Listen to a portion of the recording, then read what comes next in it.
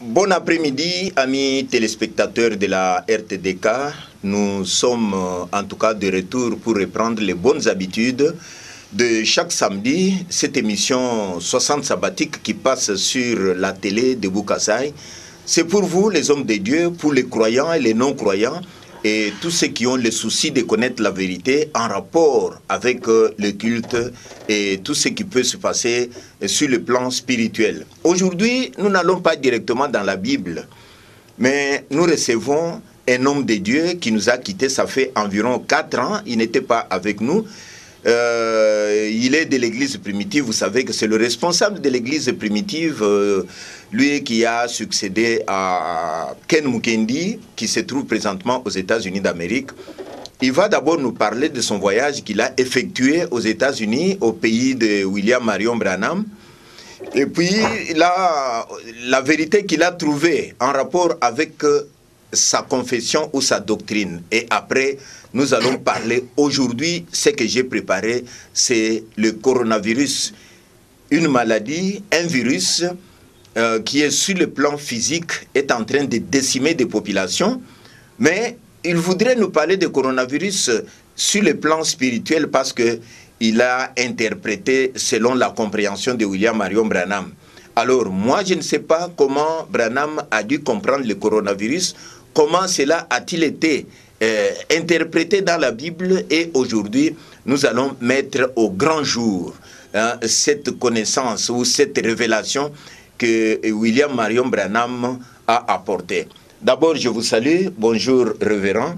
Oui, bonjour. C'est la salutation moderne. Oui. On se salue par la pointe du coude. Oui, oui. Bon. Bonjour, Jean-Alphonse Ngandou. Bon, comment a été votre voyage au pays de William Marion Branham? Oui, il faut dire que nous sommes très reconnaissants à notre Seigneur Yeshua, Hamashiach, le Seigneur Jésus-Christ, qui nous a gardés. Ce voyage m'a pris à peu près 4 ans, que j'étais absent de la ville, absent du plateau, et le Seigneur a permis cet après-midi que nous puissions encore nous revoir. Il faut dire que beaucoup sont morts là où nous avons été, beaucoup étaient frappés, on envoyait un point d'occupé, donc ça tue à peu près, je crois que vous êtes informés, oui. Plus de 100...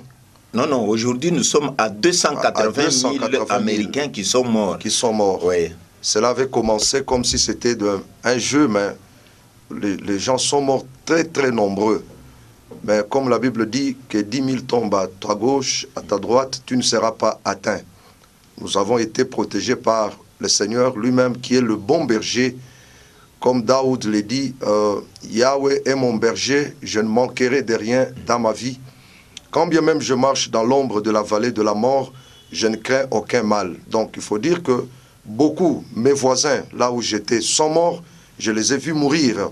Même dans notre assemblée, il y a certaines sœurs qui avaient été atteintes, et certains frères, mais qui ne sont pas morts.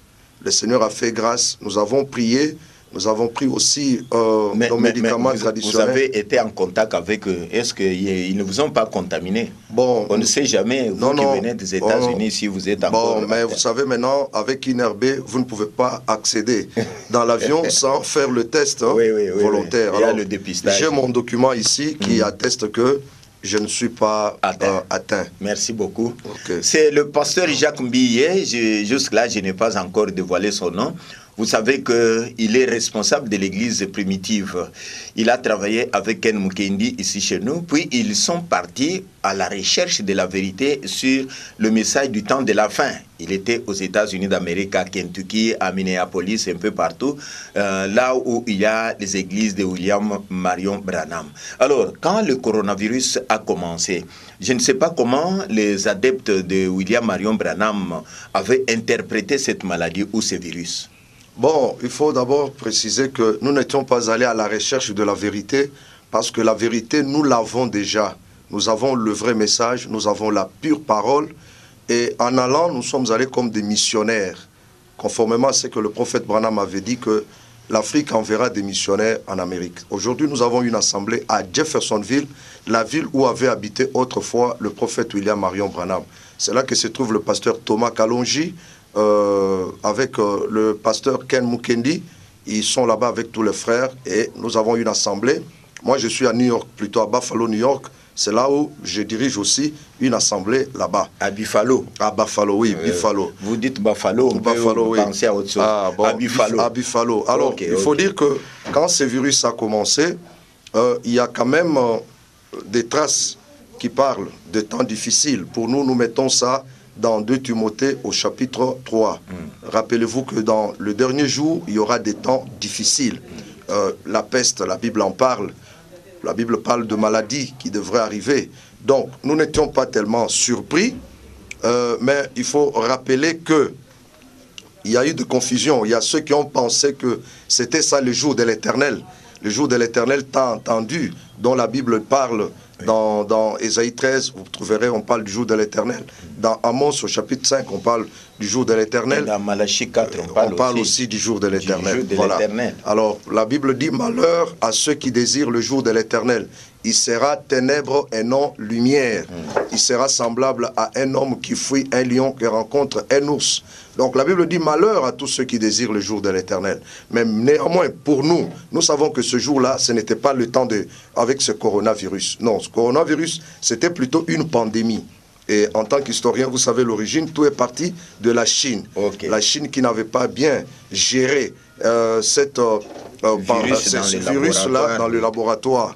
Et les Américains, au tout début, ils n'avaient pas aussi pris des mesures, parce que nous voulons parler de mesures barrières, de mesures préventives. Mieux vaut prévenir que guérir.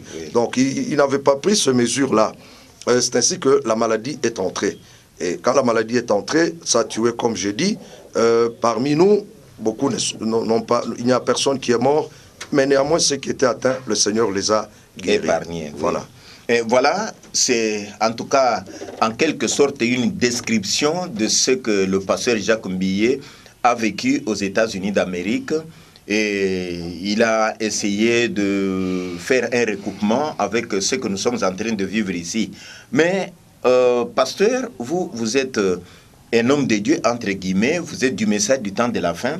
Je ne sais pas comment on interprète cela, parce que ici, quand cette maladie a été découverte, un peu partout, dans différentes assemblées de Dieu, on a dit, les uns ont expliqué que Dieu avait déjà prédit ceci, les autres disent que Dieu avait déjà prédit cela, et que peut-être cette pandémie ne passera pas sans que la fin du monde n'intervienne. Alors, que dit maintenant le message du temps de la fin, en rapport avec le coronavirus? Bon, en rapport avec le coronavirus, il faut tout simplement savoir que ce n'est pas la première fois que le monde connaît une maladie, une pandémie. Oui. Aux États-Unis, je crois, il y a eu une grippe en 1918, quelque chose comme ça. Il y a eu la peste en Europe. Il y a eu la peste. Oui. Donc, du point de vue de la Bible, il n'y avait pas une prédiction comme ça, où le prophète n'avait pas dit non, il y aura le coronavirus. Non, il avait plutôt montré que même en ces temps-là, il y avait eu aussi du virus, et que les gens avaient même des masques. Les gens devraient aller chez les docteurs. Est-ce que vous pouvez nous montrer cela dans les Écritures de Branham? Parce que chaque fois que vous prêchez, vous avez l'habitude de dire que voilà ce que dit le prophète.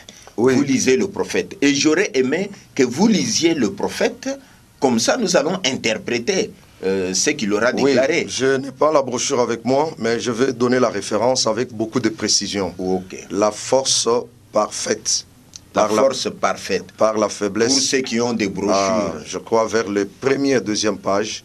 Si vous lisez là-bas, le prophète avait déjà parlé aussi, montrant que ce genre de virus était déjà arrivé et que ça pourrait encore arriver et que les gens devraient se munir de masques comme nous le voyons aujourd'hui. C'est couvrir le visage. Mais moi, ce soir, en rapport avec nos téléspectateurs, je voulais transplanter maintenant l'aspect vraiment spirituel. Pourquoi? Dans Matthieu, au chapitre 10, verset 28, vous pouvez lire. Je peux citer, mais vous pouvez aussi lire pour plus de fidélité. Oui, Matthieu 10, verset 28. La Bible dit, pendant qu'elle lui cherche, ne craignez pas ce qui tue le corps. Le corps, oui. Tu peux lire? 10, 28, j'y arrive. Voilà, il est écrit, Ne craignez pas ceux qui tuent le corps et qui ne peuvent tuer l'âme. Craignez plutôt celui qui peut tuer et faire périr l'âme et le corps dans la géhenne. Voilà. Vous voyez? Oui. Craignez pas ce qui tue. Le coronavirus tue le corps. La blénorragie tue le corps. Le sida tue le corps. Syphilis, toutes les maladies. Choléra, ça tue le corps. Oui. Et nous voyons des mesures barrières. La distanciation sociale.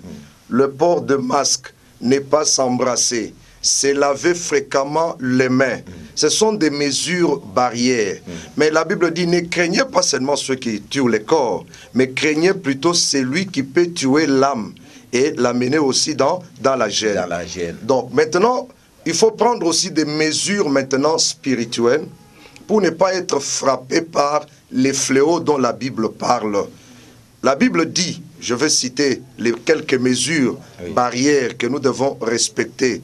Dans Apocalypse chapitre 22, le verset 18, de mémoire, nous disons, « Je les déclare à quiconque entend les paroles de la prophétie de ces livres. » Verset 18. 22, 18, oui, arrive. Oui, c'est une mesure barrière que nous devons... Je le déclare à quiconque entend les paroles de la prophétie de ces livres.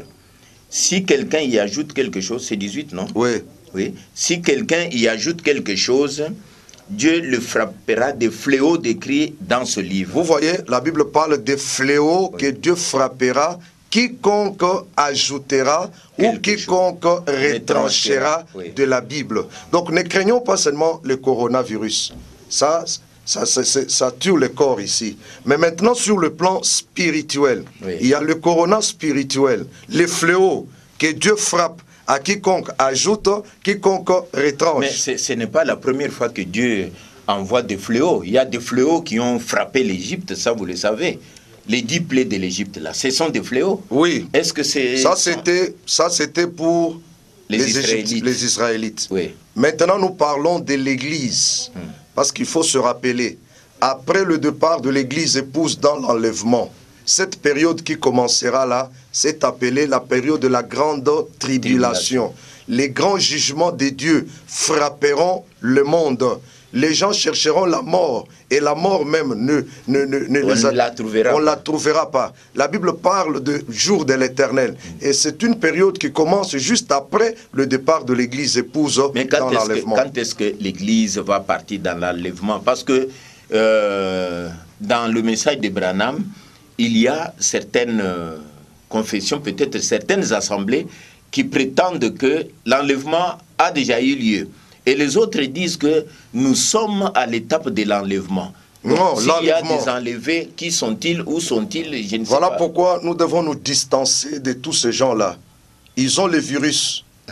Il ne faut pas communier avec eux. Oui. C'est pour cela que je suis ici sur ce plateau, pas pour parler seulement pour le corona qui tue le corps physique, mais tous ceux qui enseignent de fausses doctrines. La Bible dit qu'il faut les mettre en quarantaine. Exactement comme pour le coronavirus. Il faut les écarter. Parce que dans Galates chapitre 1er, verset 6, l'apôtre Paul dit, je m'étonne du fait que vous avez abandonné l'évangile. Comme s'il y a un nouvel évangile. Non, il y a des gens qui vous troublent. Il y a des gens qui renversent l'évangile de Hamashia. Il dit, mais si nous-mêmes, si un ange du ciel vient vous annoncer un autre évangile, différent de celui que nous vous avons prêché, qu'il soit maudit.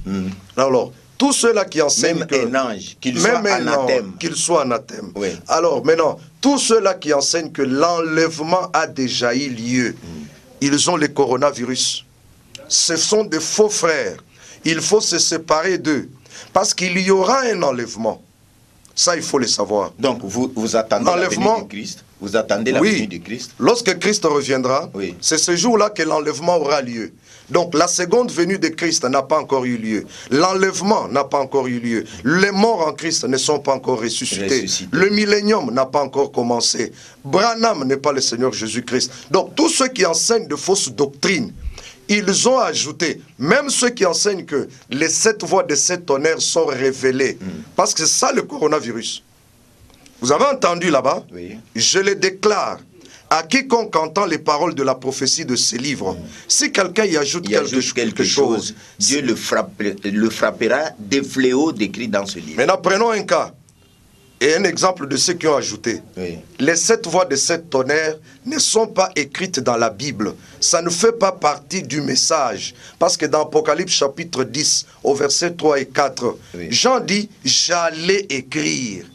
Mais j'ouis une voix qui disait « Celle, ce qu'on dit, les voix de 7 tonnerres, et ne l'écrit pas ». Voilà, c'est que, dans cette Bible ici... Je ne vous interromps pas, pasteur. Il y a quelque chose qui me vient à l'esprit. Parce que vous êtes allé à la source du message du temps de la fin. Est-ce que vous avez trouvé toutes ces ramifications des doctrines en rapport avec... Merci beaucoup, merci. Ça, c'est une très bonne question.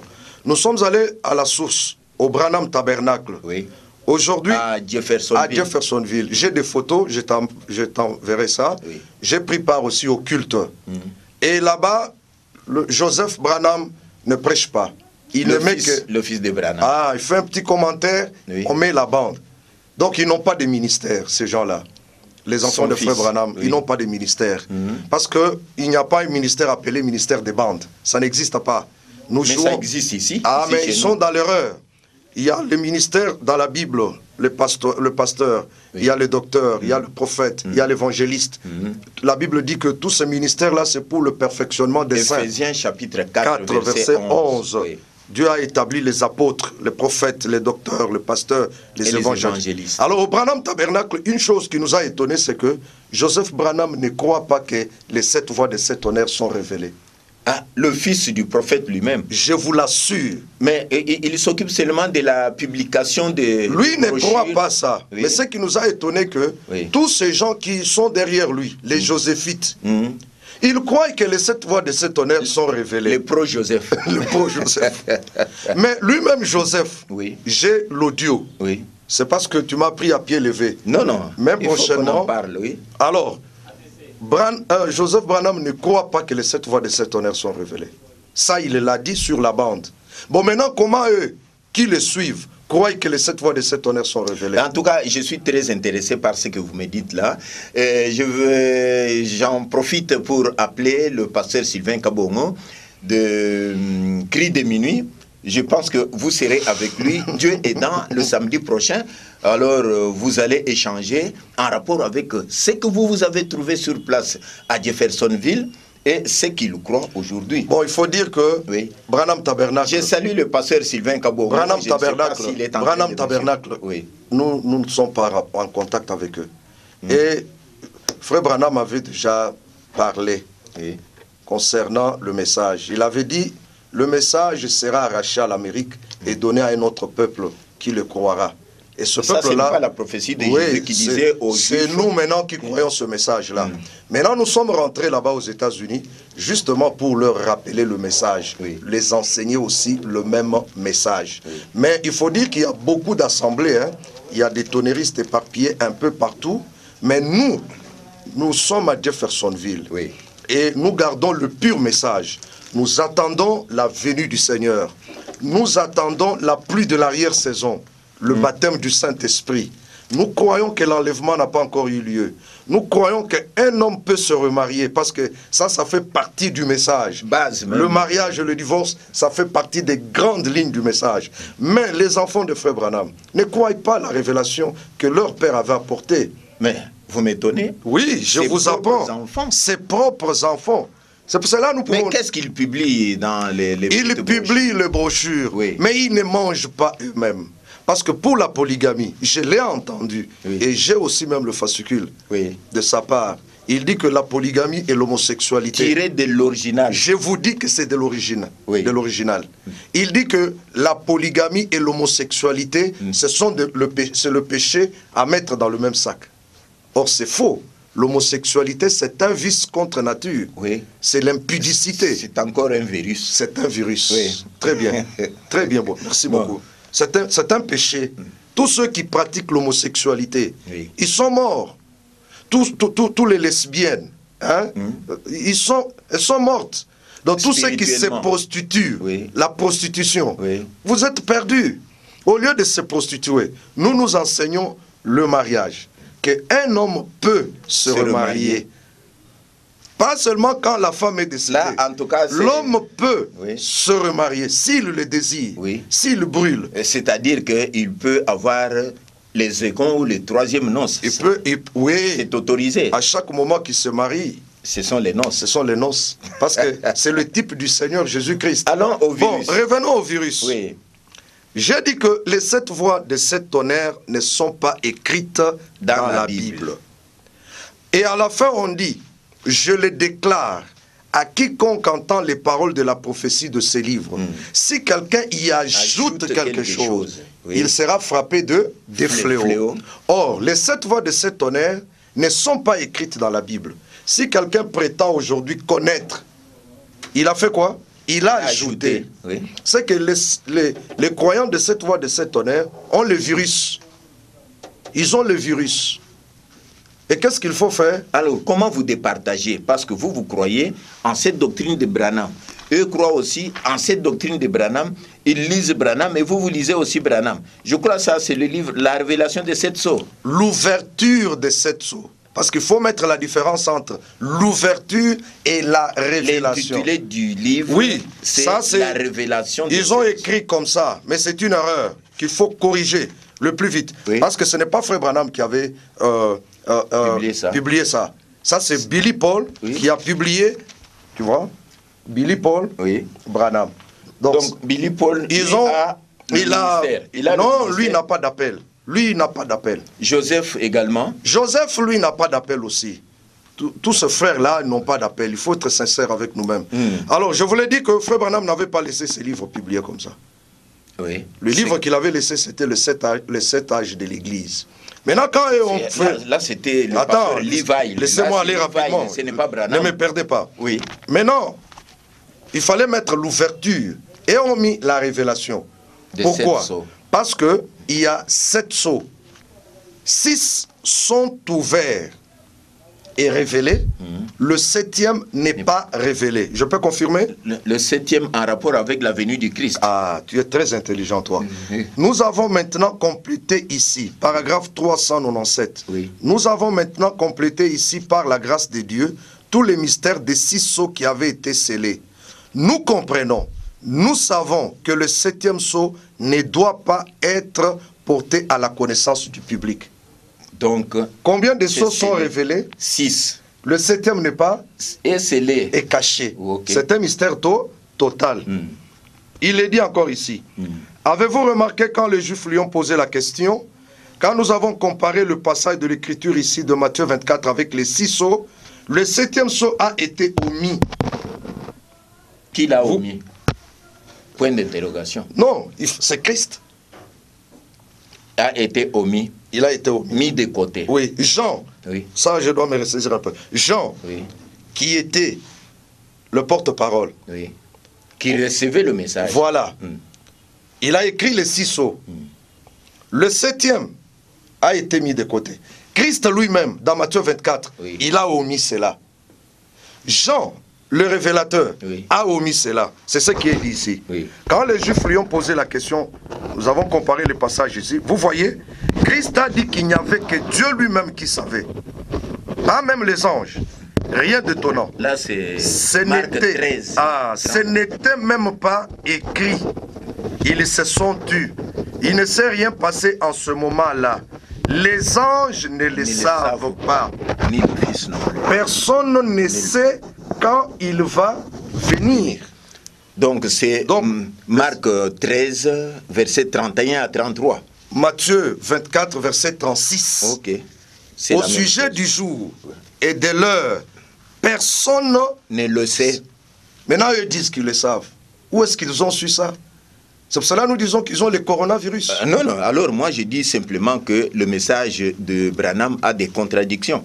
Parce qu'ils lisent le message de Branham. Et vous aussi, vous êtes en train de lire le message. La contradiction n'est pas dans le message. Les contradicteurs, ce sont les prédicateurs, que nous avons les faux oins, qui s'opposent au messager prophète. Parce que celui qui parle ici, c'est le prophète. Il dit, or, il y a une raison pour laquelle Dieu a fait tonner ces 7 voix. C'est parce que c'est quelque chose qui doit arriver. Vous voyez, nous voyons que Christ l'agneau a pris le livre dans sa main, qu'il a ouvert le 7e sceau. Mais vous voyez, c'est un mystère caché. Le 7e sceau. C'est un mystère caché. Personne ne le connaît. Cela concorde parfaitement avec ce qu'il a dit que personne ne saurait quand il vient. Donc le 7e sceau est en rapport avec la venue du Seigneur. Ah, donc pour ceux qui prêchent aujourd'hui que le Christ est déjà venu, ils sont dans l'erreur. Dans la peau du prophète à Kentucky. Vous avez été à Kentucky justement. J'étais là, j'ai vécu là-bas. Bon, alors ils disent que le Seigneur Jésus serait déjà venu dans la peau du prophète à Kentucky. Donc là, ce sont des rêveries. Ce sont des fausses doctrines que nous devons condamner avec la toute dernière énergie. La venue du Seigneur n'a pas encore eu lieu. Je voulais confirmer cela, toujours avec le témoignage du prophète Branham. Oui. Paragraphe 321. Ne prenez pas ça à la légère. Tous les frères prédicateurs de fausses doctrines, ils ont le coronavirus. Bon, alors, vous ils sont contaminés. Qu'est-ce que nous devons faire? Nous devons les mettre tous en quarantaine. Et dans quel pavillon? Ils doivent être au pavillon 7. De la mort. Bon, c'est bien, pasteur. Ce sera bientôt le moment où le temps est écoulé. Des millions perdront la vie. Il y en aura des millions qui croient en ce moment qu'ils sont sauvés, qui seront comptés comme de la chair à canon pour l'âge atomique. Nous vivons à la dernière heure. C'est la grâce du Dieu Tout-Puissant, son aide envers son peuple, afin qu'il puisse attendre avec impatience l'apparition imminente de Christ. Dans combien de temps, frère Branham, cette venue, cette apparition? On lui a posé cette question. Peut-être dans 20 ans. Peut-être dans 50 ans. Oui. Peut-être dans 100 ans. Vous voyez? Je ne sais pas. C'est Branham qui parle. Il dit, je ne sais pas. Peut-être demain matin. Peut-être encore ce soir. Je ne sais pas. Et ceux qui disent qu'ils le savent, ils se trompent. C'est très bien. Vous voyez? Ils ne le savent pas. Ils ne le savent pas. Dieu seul le sait. Mais Voilà. maintenant, nous pouvons dire que ce frère-là sont sérieux? Mais ils ne sont pas sérieux. Pourquoi pas? Nous disons qu'ils ont lu et ils interprètent Branham. Mais nous venons... Maintenant que Branham est en train de parler, question simplement de le mettre en quarantaine. Et vous savez dans quel pavillon ils vont se retrouver. Alors nous demandons au peuple de Dieu de se séparer de tous ces faux frères-là. Qui adorent Branham, qui enseignent que les 7 voies des 7 honneurs sont révélées. Le millénium a déjà commencé. L'enlèvement a déjà commencé. Tous ces faux frères-là, il faut se carter d'eux. Voilà pourquoi nous sommes venus pour vous donner les mesures barrières. Voilà. Dans ma langue... Vous n'avez pas encore répondu à ma question. J'ai dit là, à Kentucky, à Jeffersonville. Est-ce qu'il y a aussi des contradictions sur le plan doctrinal? Oui. Comme nous les trouvons ici chez nous. Oui, il y a des contradictions. Par exemple... Il y en a qui adorent aussi Branham. Il y en a. Il y en a, oui. Ils ne peuvent pas manquer. Oui. Bon, mais nous sommes vraiment en contradiction avec tous les faux frères. Oui. Parce que nous présentons le vrai message. Et nous montrons au peuple de Dieu les mesures à prendre. Je donne une autre mesure. Oui. 1 Corinthiens, chapitre 4, verset 6. Est-ce que vous pouvez nous lire ça? Oui. Parce que nous vous donnons les mesures 1 Corinthiens, barrières. Chapitre 4. Dans notre langue, on dit Boudjimumbu Pitaboang. Ok. Donc, mieux vaut prévenir que guérir. Pour que le fléau ne vous frappe pas. Qu'est-ce qu'il faut faire? 1 Corinthiens, chapitre 4, verset 6e. Qu'est-ce qu'on dit? C'est à cause de vous, frères, que j'ai fait de ces choses une application à ma personne et à celle d'Apollo. Afin que vous appreniez en nos personnes à ne pas aller au-delà de ce qui est écrit. Voilà. Les mesures, c'est quoi? Et que nul de vous ne conçoive de l'orgueil en faveur de l'un contre l'autre. N'allez pas au-delà de ce qui est écrit. Oui. C'est ça la mesure. que nous, les véritables croyants, nous devons prendre. Nous devons demeurer. Brochure, il n'y a pas de mensonge. Dans le brochure, il y a des vérités bibliques révélées. Maintenant, le mensonge vient de Satan. Bon. Satan a ses prédicateurs qui s'opposent à la parole de Dieu. Je te donne un exemple. Par exemple, pour le 7e sceau, le prophète Branham dit que ce n'est pas révélé. Personne ne le sait. Maintenant, quand vous voyez un prédicateur s'élever pour dire c'est révélé, qu'est-ce que nous pouvons dire? Ça, c'est le mensonge. Mais il a lu le prophète. Il a lu le prophète où? Bon, moi je connais pas le prophète. Voilà.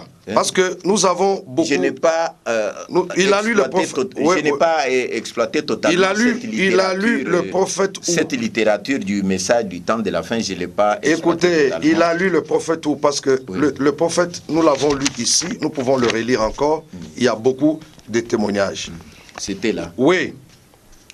Il dit, au paragraphe 399, ici, quand le 7e sceau, quand il l'a ouvert, il a omis cela.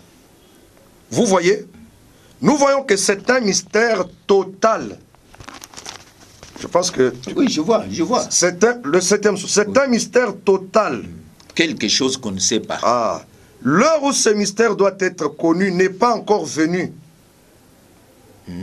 Maintenant, il donne les conseils au paragraphe 400. Et maintenant, s'il arrivait que cette bande se retrouve dans le main de certaines personnes quelque part, n'essayez pas d'en faire un isme quelconque. Une doctrine. Une doctrine. Que c'est révélé. Oh, frère Branham, c'est révélé. Comme nous entendons Baruch, il dit, c'est révélé. Tonnerre révélé. Tonnerre révélé. Donc, voilà les gens qui ont le coronavirus. Tous ceux qui disent le contraire. Écoutez, il continue. La seule chose à faire, continuez simplement à servir Dieu. C'est que ce grand secret est tellement grand que Dieu n'a même pas permis à Jean de l'écrire. Il a tonné, mais pour savoir que il nous a promis qu'il serait ouvert. Mais jusqu'ici, il n'est pas ouvert. Voilà, c'est ce qui est écrit. C'est ça ce qui est écrit. C'est ça la vérité que le prophète Branham nous a amené. Alors, si vous voyez quelqu'un s'élever, dire le contraire de ce que le prophète a enseigné, je peux prendre aussi un autre témoignage. Mais comment expliquez-vous ceci? Parce que s'il y a des contradictions dans la ville même du prophète, bon, c'est-à-dire que aucune faction n'a la vérité. Parce que les uns croient avoir la vérité en eux, les autres croient aussi avoir la vérité en eux. Je voulais vous dire vous êtes allés là, est-ce que vous ne les avez pas départagés? Non, nous prêchons la vérité pour que ceux qui sont dans leur milieu sortent. Parce qu'il y a la mort. Il y a la mort dans leur camp. Au sujet des contradicteurs, il y en aura toujours.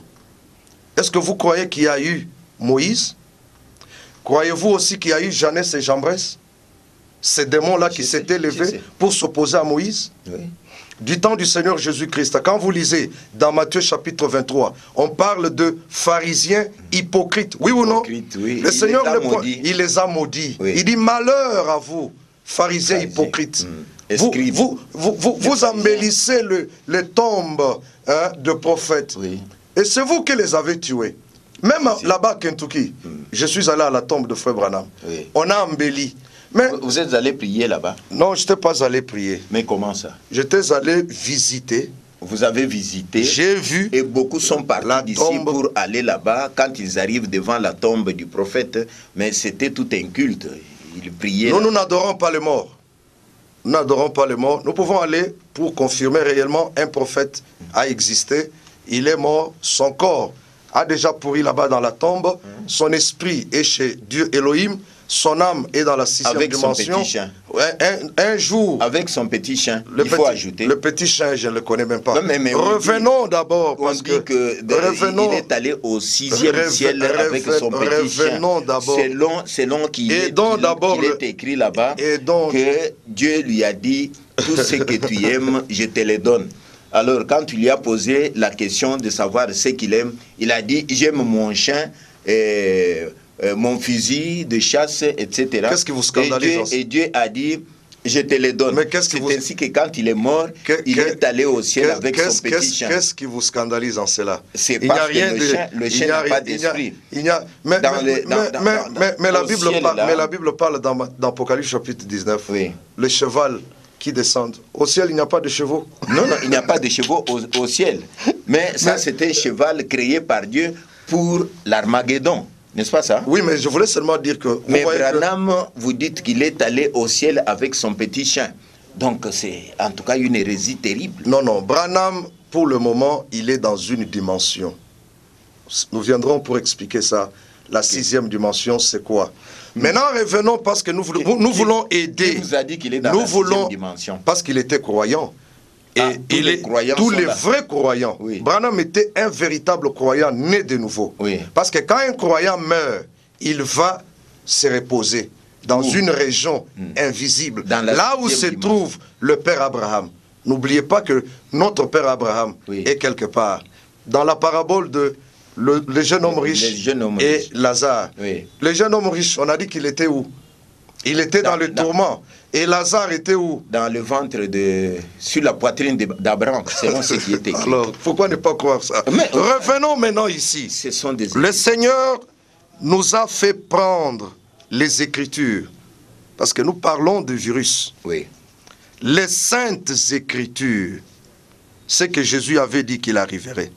Et comment aurions-nous pu découvrir cela? Il vient le révéler et l'apporter très précisément. Son sermon là, quand il a répondu, il a fait ressortir de façon très précise 6 des sceaux, mais il a omis le 7e. Ça, vous l'avez déjà dit. C'est un témoignage que j'ajoute encore. Oui. Paragraphe 53. Quand les sceaux ont été ouverts, remarquez, il n'a même pas révélé le moindre symbole du 7e. Donc même un symbole n'a pas été révélé. Nous sommes déjà convenus, le 7e sceau n'est pas révélé. Ça, très bien. C'était naquis. Ça, c'était naquis. Ça, c'était naquis. Alors, pour revenir, vous avez laissé une église ici et vous êtes parti. Maintenant que vous êtes revenu, à supposer par exemple que les adeptes, les fidèles de votre église que vous avez laissé aujourd'hui se retrouvent maintenant sur une autre pente, c'est-à-dire... voilà, les tonnerres sont révélés, Jésus est déjà venu. Bon, qu'est-ce que vous pouvez leur dire? Oui, d'abord, ce sont des brebis déjà égarées. D'abord, il faut remercier le Seigneur parce que le prédicateur que nous avons laissé, il a bien gardé l'assemblée, il a résisté. C'était qui? Obed? Le frère Kalala. Oui. Kalala, Faustin. Il a même prêché sur une chaîne de la place, chez Tebem. Il a fait un débat pour démontrer que les 7 voies de cet tonnerre ne sont pas révélées. Donc, nous pouvons remercier le tabernacle de Moujma, on croit que les tonnerres sont déjà révélés. Ils sont perdus. Il y a le coronavirus là-bas. Il faut quitter là-bas le plus vite possible. Il y a la mort. Il faut la distanciation. Il faut la distanciation. Oui, c'est bien, allons-y. Donc c'est sérieux, nous ne blaguons pas. Partout on ajoute. C'est vous qui avez lu. Je suis simplement étonné. C'est vous qui avez lu. Oui. Que je le déclare à quiconque entend les paroles de la prophétie de ces livres. Oui. Si quelqu'un y ajoute quelque chose, il sera frappé de fléaux. Or, là-bas, on prêche que les 7 voies de cet tonnerre sont révélées. Ceux qui sont déjà frappés, le virus là-bas, ce qu'il faut faire, c'est de sortir pour avoir la vie sauve. Donc pour eux, Branham est l'absolu. Pour eux, Branham est l'absolu. Mais vous? Nous croyons que Branham est l'absolu aussi longtemps qu'il nous ramène dans la Bible. Ah, vous comprenez? Là, c'est une contradiction. Ce n'est pas une contradiction. Moi, j'ai dit, est-ce que Branham est l'absolu? Vous dites non. Mais vous croyez que Branham est l'absolu parce qu'il vous conduit. Non, est-ce que vous avez compris ma réponse? Est-ce que Branham est l'absolu? C'est ma question. J'ai dit oui. Ah, il est l'absolu. Maintenant, il faut poser la question. Oui. Qu'est-ce que l'absolu? Ah, vous allez me le décrire. Parce que moi, l'absolu, c'est une référence. Justement. C'est comme par exemple ici à la télévision. Vous avez quand même des consultants. Oui. Cette chaîne a duré, ça fait la fierté depuis que je suis rentré, même pendant la pluie. Vous émettez toujours. Nous sommes là. Mais il y a des consultants pour cette chaîne. Ce sont des absolus. Donc même dans la Bible, il y a des absolus. Les apôtres sont des absolus. Donc quand nous disons absolu, le mot absolu ne veut pas dire adorable. Ça, il faut corriger. Je suis avec vous. Donc quand nous disons que Branham est un absolu, lui-même l'a dit. Il dit, vous êtes des frères qui avaient tendance à me considérer comme votre absolu. Branham a dit l'absolu, c'est la Bible, ce n'est pas lui. Laissez-moi terminer. Il a dit ceci, dans l'ordre de l'église de 1963. Il dit, vous êtes des frères qui avaient tendance à me considérer comme votre absolu. Il dit, mais aussi longtemps que je suis Christ, comme Paul a dit, soyez mes imitateurs, comme je suis imitateur de Christ. Là, nous les suivons. Là, c'est la déclaration de Paul. Oui, mais maintenant, parlant de l'absolu, la Bible, dans Christ est révélé dans sa propre parole. Au paragraphe 50, il dit, chaque dénomination est un absolu pour ses fidèles. Mais quant à moi et tous ceux-là que j'ai conduits à Christ, notre absolu, c'est la Bible. Donc, il y a des absolus, il y a beaucoup d'absolus. L'arbitre sur le terrain de football, c'est un absolu. C'est une rêve. Le roulage. Bon, justement, nous viendrons débattre sur l'absolu. Là, vous avez divagué sur l'absolu parce qu'il y a une prédication de Branham intitulée l'absolu. Je pense que c'est de là que vous avez tiré toute la réponse que vous me donnez. Mais je sais que l'absolu, pour certaines doctrines du branhamisme, c'est Branham qui est tout. Il est tout pour tout. Donc, même la Bible, pour eux, ne dit rien. Là, ils sont dans l'erreur. Il y a un virus là-bas. Oui, parce que un virus, Frère Branham a dit, oui, si en écoutant les bandes, quelque chose vous intrigue, consultez la Bible. Oui. Arrêtez. C'est ça l'absolu. Alors, la Bible, c'est l'absolu. Donc, nous n'avons jamais dit, écoutez Jean-Alphonse, oui, nous n'avons jamais dit que la Bible n'est pas notre absolu. La Bible est notre absolu. Nous n'avons jamais dit et nous ne dirons jamais que la Bible n'est pas. Mais il faut aussi reconnaître que les vrais hommes envoyés de Dieu sont des absolus, des références. Bon, d'accord. Okay. Vous étiez à Buffalo, aux États-Unis. Peut-être que c'était une église où vous avez toujours prêché pendant les 4 ans que vous avez passé aux États-Unis. Bon, ces gens-là, pour remettre la dîme, c'était à vous ou plutôt à un autre pasteur? Parce qu'ici, il y a quelque chose qu'on ramasse. Hein. On ramasse pour les comptes de la voix de Dieu et on envoie cela à Joseph Branham. Comment se fait l'organisation de ce côté-là où vous êtes? Non. Pour nous, nous ne sommes pas des joséphites. Nous sommes des croyants de la parole. La dîme, c'est biblique. Même moi, je paye mes dîmes. Ce n'est pas un péché. J'en ai payé même. Okay. Et je continue à payer. Oui. Maintenant, quant à l'assemblée où nous avons vécu, comme c'est moi, le pasteur, qui prêche, les dîmes, c'est pour le pasteur. Le pasteur, à son tour, il paie la dîme de la dîme. La dîme de la dîme. Alors, la dîme de la dîme va à qui? Ça va au surveillant général, au quartier général. C'est lui qui vous a prêché. Moi, par exemple, le message, la parole que je crois, il y a quelqu'un qui m'a prêché. C'est lequel? C'est Ken Mukendi. Mais Ken, à son tour, Ken était envoyé par Pierre Casse, le pasteur responsable, l'évêque général. Donc, pour nous, toutes les églises, toutes les assemblées de l'église primitive ont pour évêque général Pierre Cassam. Alors, les dîmes des dîmes lui reviennent. Ce n'est pas un péché. Vous les lui envoyez. Nous les lui envoyons. Et si vous ne le faites pas, selon la Bible... Ça lui permet alors de se marier à 4-5 femmes parce qu'on a dit qu'il a 9 femmes. Se marier n'est pas un péché. Nous le répétons. Tu m'as dit, à moins que ce soit le contraire, qu'un pasteur de la place a été surpris dans la maison d'un croyant. Ce pasteur-là était sur ce plateau combattant la polygamie. Mais aujourd'hui, il est chassé de son église à cause de l'adultère. Alors, nous prêchons ceci. Au lieu de toucher aux femmes d'autrui, parce que la Bible dit dans Proverbe que celui qui commet un adultère avec la femme d'autrui, c'est un insensé. Au lieu d'aller toucher, violer les petites filles d'autrui, il faut se marier. Je te donne l'écriture. Je crois c'est dans 1 Corinthiens chapitre 7, verset 28. Si un homme se mariait, il n'a point péché. Donc si Pierre Casse se marie, à 9 femmes. Où est le péché? J'ai dit à 9 femmes. Ce n'est pas un péché. Parce que l'homme se marie selon ses moyens. Je te donne une autre écriture. Dans Hébreux 13, 4, la Bible dit... Il veut être un Salomon ou un David. Où est le mal? Salomon en avait 1000. Où est le mal? David en avait 500. Tu en as aussi le droit. C'est ton droit aussi. Et personne ne peut te priver ces droits-là. Donc, dans 1 Corinthiens 13, si vous m'autorisez, je t'autorise ce soir, au nom de Bessa et du temps de la fin, que Jean-Alphonse peut se remarier. Oui, tu vois comment tu es souriant? Parce que c'est ça la vérité. Au lieu de tricher, au lieu qu'on vous attrape dans des hôtels, mariez-vous. C'est clair. Dans le pays où la polygamie est pratiquée, c'est très difficile de voir des petites prostituées ici dans des quartiers, tout ça souffrir. C'est parce qu'elles ne sont pas mariées. Chez les Arabes, par exemple. Vous voyez, par exemple... Là, la prostitution n'existe pas. Pourquoi? Mais vous dites qu'ils sont terroristes. Parce qu'ils s'opposent au libertinage que vous avez institutionnalisé. Eux, ils croient à la polygamie. Oui. Voilà pourquoi les prostituées sur la route souffrent. On les tue même. Oui. Alors, les chrétiens qui connaissent la vérité, pourquoi ils doivent se cacher? Des hypocrites. Des hypocrites.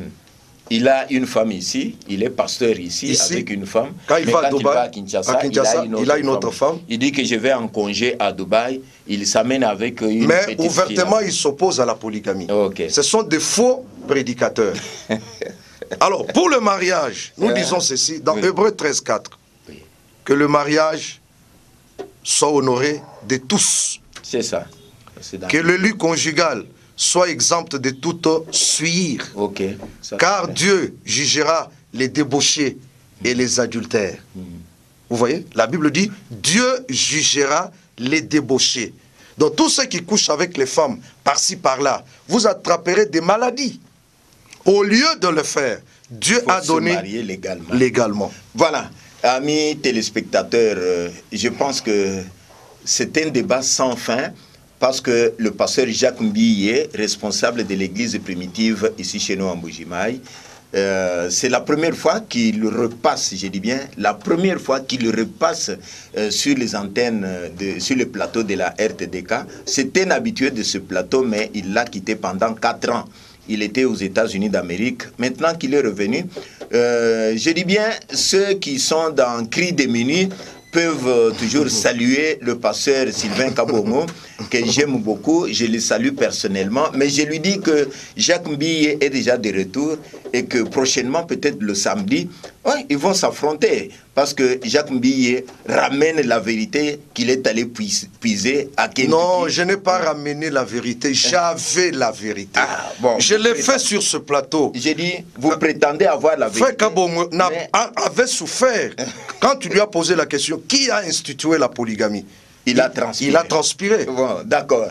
Je dis bien, c'est un défi que nous lançons à notre ami et frère Sylvain Kabongo, pasteur de l'église Cri des Minuit qui est à Bipemba. C'est Dieu qui a institué la polygamie. Ceux qui l'ont suivi ou qui ont suivi cette émission ont en tout cas cette latitude de lui en parler. Vous lui dites qu'il y a un défi qui lui est lancé. Je pense que de ce lundi, il sera avec moi. Alors, Jacques Mbiye est de retour. Nous lui souhaitons quand même un bon retour et toutes les bonnes choses du monde. Il sera prochainement avec nous contre le pasteur Sylvain Kabongo. Nous reprenons les bonnes habitudes d'opposer les pasteurs pour qu'ils nous disent toute la vérité qu'ils peuvent détenir. Pasteur, un petit mot de la fin parce que c'est la première fois depuis le retour. Ok. À tous ceux qui nous suivent partout, que le Seigneur vous bénisse richement. Les mesures barrières, c'est de rester dans ce qui est écrit. Oui. Je donne Proverbe 30, verset 5 pour terminer. Toute parole de Dieu est éprouvée. Il est un bouclier pour ceux qui cherchent en lui un refuge. N'ajoute rien à ces paroles, de peur qu'ils ne te reprennent et que tu ne sois trouvé menteur. Donc tous ceux qui ont ajouté à la parole, ce sont des menteurs. Voilà. Merci à tous les téléspectateurs de la RTDK. En tout cas, je ne cesse de le dire, nous reprenons les bonnes habitudes de nous retrouver chaque samedi à partir de 15h15.